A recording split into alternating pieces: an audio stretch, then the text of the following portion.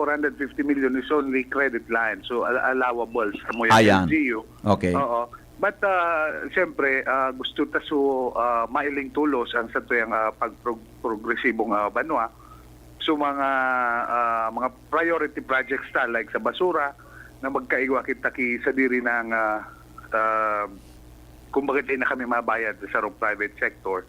Sa diri mi na yan.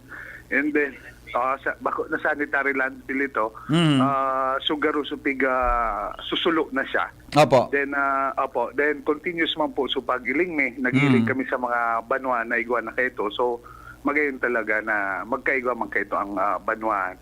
And also may mga projects kaya kami na kayuhan ki